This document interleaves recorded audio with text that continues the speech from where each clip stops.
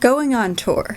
It's a big deal in the poetry world. It's a mark of success. It's an opportunity for poets to travel and reach new people with their art. And for some, it's even a living. But when should a poet go on tour? And how do you make a tour happen? Recently, I spoke with 3 poets who had answers to these questions and more. First, I spoke with Clementine von Radics. Clementine is the author of 3 full-length poetry collections, and over the past 5 years, they have toured extensively, performing in 49 states and 6 countries. Next, I spoke with Michael Matthew McGee, also known as Mighty Mike McGee. He has been featured on HBO's Def Poetry Jam, CBC Radio and Television, and NPR. He has toured the United States, Canada, and Europe, often alongside his friend Shane Koizan. And lastly, I spoke with Mugabi Byenkya. Mugabi is a poet and author. His debut novel, Dear Philomena, was published in 2017, and he too has toured internationally.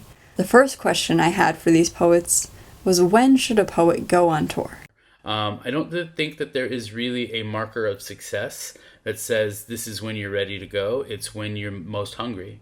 When you're hungry to get on the road, you should go. Mike explains how different poets have different reasons for going on tour. Another reason to tour is because you aren't finding your audience at home. There is an audience for everyone out there. It's just that sometimes you're not lucky enough to actually live in the same city as your audience. Clementine's viewpoint is different. They suggest only going on tour when it's profitable. A lot of people are really excited about their first tour. Like I know that you want to go on tour because it's this like big romantic experience. It's a huge undertaking to plan and schedule a tour. It's also expensive to travel. I think that you should always tour to make money, or at least to break even. I don't think you should ever lose money on your tour. Mugabi agrees with Clementine and says that the best time to go on tour is when you have some form of a product you're trying to push, because it would be very difficult to go on tour and not have some form of merchandising, and it's very hard to sustainably tour if all you're getting is your feature fee, because that can vary. And Mugabi is right. Not all venues pay their features because not all venues charge door fees or fundraise. So if you want to go on tour, try to put out a book first, even if it's just self-published or a homemade chapbook. Next, all the poets that I talked to recommended starting out with a short local tour for your first run. I would say anyone who wants to try touring, hit the road for 8 days. 8 days, go out for 8 days, try to book at least 5 shows in those 8 days. That'll give you an excellent taste for the road. So let's say you have a book to sell and you're ready to begin planning your tour. Where to start? A good place to start is with the venues. I've kind of built tours 2 separate ways without an agent, and those were through having a following on social media and posting that I was seeking to tour, seeking to be in these areas on these dates, and then getting emails from people who ran venues or college students in those areas and being able to set up a show that way. I also booked through coming up through the slam circuit, which I think is a really perfect way to build your first tour, because a slam show has a built-in audience. And so you don't have to get anyone to come into the room, you just have to get them to like you once they're in the room, which is a much easier thing to do. It's also important to research a venue before inquiring about a feature. For example, you wouldn't want to ask to feature at a venue that focuses on Latinx poets if you are not a Latinx poet. Clementine puts it perfectly. Learn about that space and actually consider whether you think you would be a helpful contribution to it. So then how do you book yourself for a show? Well, it's usually fairly straightforward. Almost every single slam has kind of a specific etiquette to booking the show, and that etiquette is listed on their Facebook page or on their website. And in my experience, following that etiquette is the best and almost only way to get an email back. Next, how do you get the word out about your tour?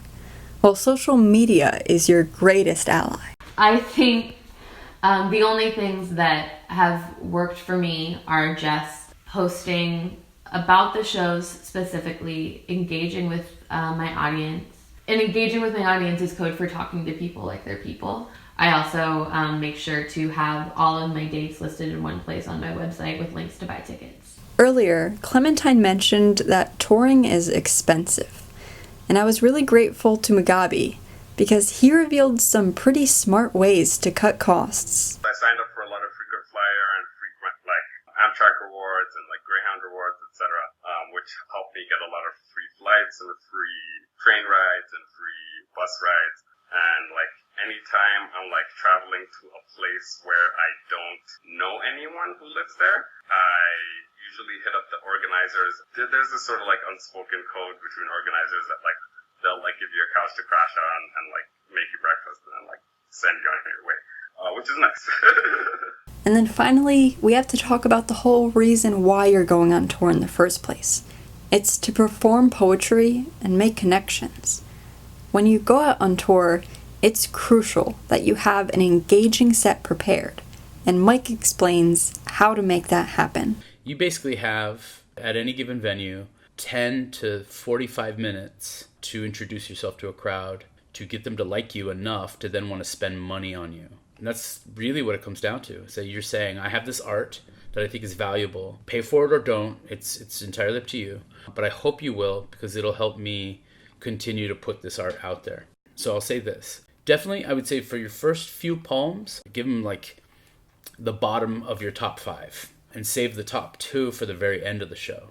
But never, ever, ever tell the audience you don't know what to do next. Don't pull out your phone and tell them that you're not sure. Do you guys want to hear this or do you want to hear this? Don't give the audience the option. And then another thing too is that your personality really shines through in your banter, in the things that you say in between poems. Remember, the audience is one person, a really diverse, incredibly intersectional human being. Look at that audience and know that they're one person that is really, really interested in having a conversation with you. And don't be afraid to literally talk to the people in the audience. Ask the audience questions. That's how you're going to really get to know the town you're in, the people you're with. Nothing feels better for an audience than a performer on stage who's really present in the town for that day, for that moment, for their set, who's really into the idea that I'm going to be a part of you guys tonight.